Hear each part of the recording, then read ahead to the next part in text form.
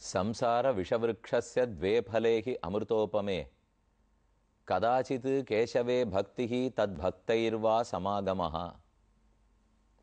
இந்த ஸ்லோகம் அடியார்களுடைய சேர்க்கை, பகவானுடைய திருவடிகளை பற்றுகை, இந்த இரண்டுக்குள்ளும் எது முக்கியம் அப்படின்னு சொல்ல வந்தது.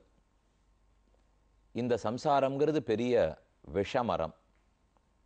அதில் ரெண்டு நல்ல பழங்கள் மட்டும் பழுத்துள்ளன. மத்தனையும் கொடிய விஷமுள்ள பழங்கள். சம்சார விஷவிருக்ஷஸ்ய द्वे फलेहि अमृतोपमे, அமுதத்தை ஒத்த இரண்டு பழங்கள். கதாச்சித்து கேசவே பக்திஹி, அதில் ஒரு பழம் கேசவனான இறைவனிடத்தில் பக்தி.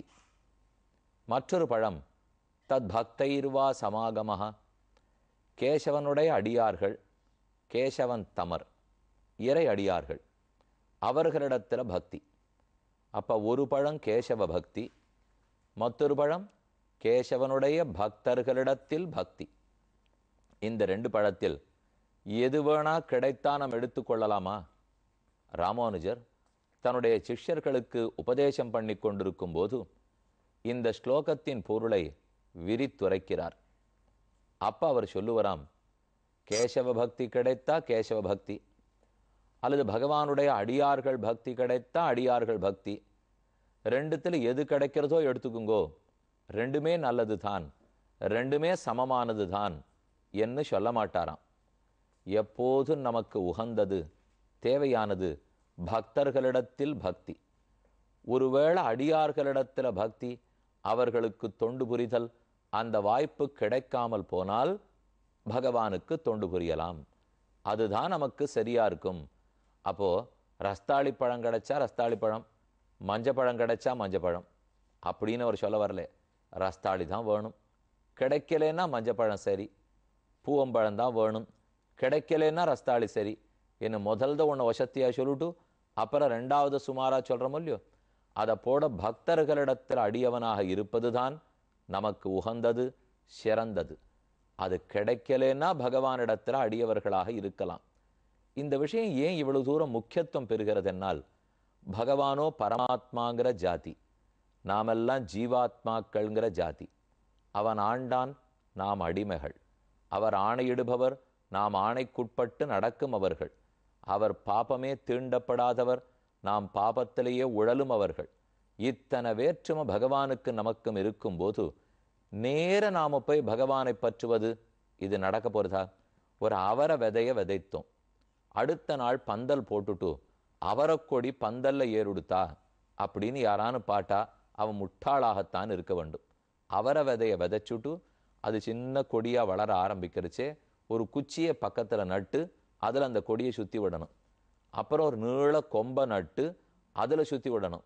கொம்பனுடைய உயரத்துக்கு கொடி வந்தப்புறம் பக்கத்துல பந்தல் போட்டு அதுல படர விட்டுட்டால் அப்பதான் கொடி ஒழுங்காக படரும். நாம கீழே விதை விதைச்சாப்ப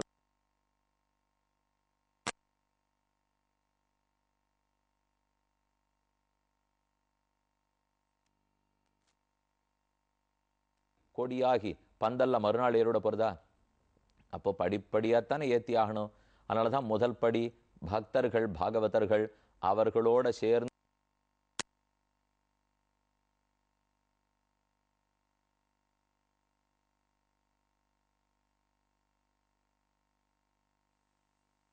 பகவான் பந்தலிலே ஏற்றுமா போலே பகவான் பந்தல போல் நாம நம்ம பக்திங்கிற கொடியை பந்தல்ங்கிற பகவானிடத்துல ஏத்து விடலாம்.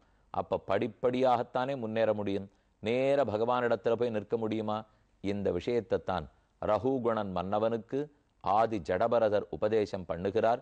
நீ மற்ற எந்த காரியத்தில் இறங்கினாலும் யாரை பற்றினாலும் நழுவி போவாய். ஆனா மகான்களாகிற பக்தர்கள் அவருடைய திருவடிப்பட்டிருக்கிற தூசி, ஸ்ரீ பாத தூளி, அந்த தூளி எடுத்து நீ தலையிலே இட்டுக்கொள். அவர்களோட சேர்ந்து பகவானுடைய கதையை கீர்த்தனம் பண்ணு. அப்பதான் நீ வழி பெறலாமல் இருப்பாய். உனக்கு பக்தியை விதைப்பதற்கோ வளர்த்து கொடுவதற்கோ அல்லது வளர்ந்த போது இன்னும் ஏதேனும் தப்பு நகழ்ந்துட்டா நம்மளை இந்த சம்சாரத்தில் தப்பி வழி போக விடாமல் தட்டி தேற்றி சரியான வழிக்கு கொண்டு வர்றதுக்கோ இது இத்தனைக்கும் இறையடியார்களுடைய சத் சங்கம், அவர்களுடைய சமாகமம் நமக்கு தேவைப்படுகிறது. இதனால தான் நம்மாழ்வாரே 1102 பாசுரங்கள் திருவாய்மொழி பாடினார். அதில் 2 திருவாய்மொழி பாகவத பிரபாவத்துக்காக வைத்தார். இறையடியார்களுக்கு இருக்கிற பெருமை கூறுகிறார்.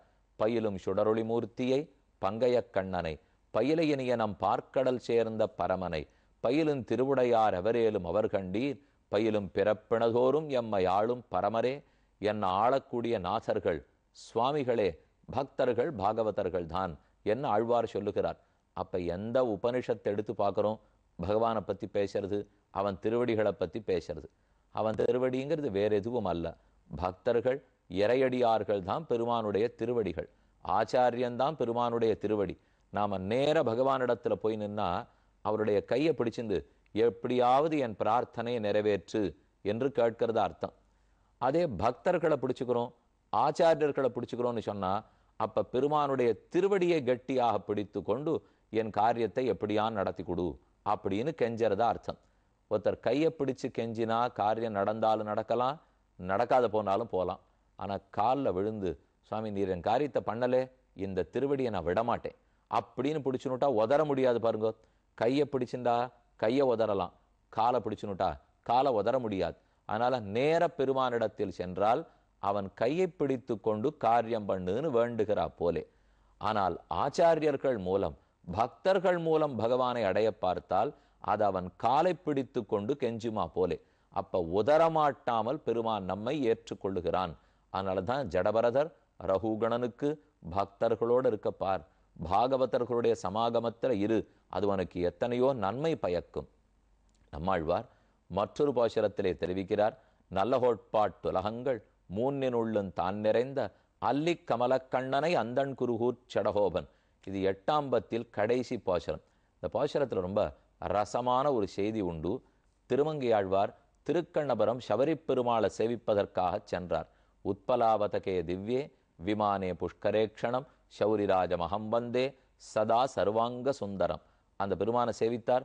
அவர்தான் திருமங்கையாழ்வாருக்கு 8 எழுத்து மந்திரத்தை உபதேசித்தார். உபதேசத்தை பெத்துனுட்டார் திருமங்கையாழ்வார்.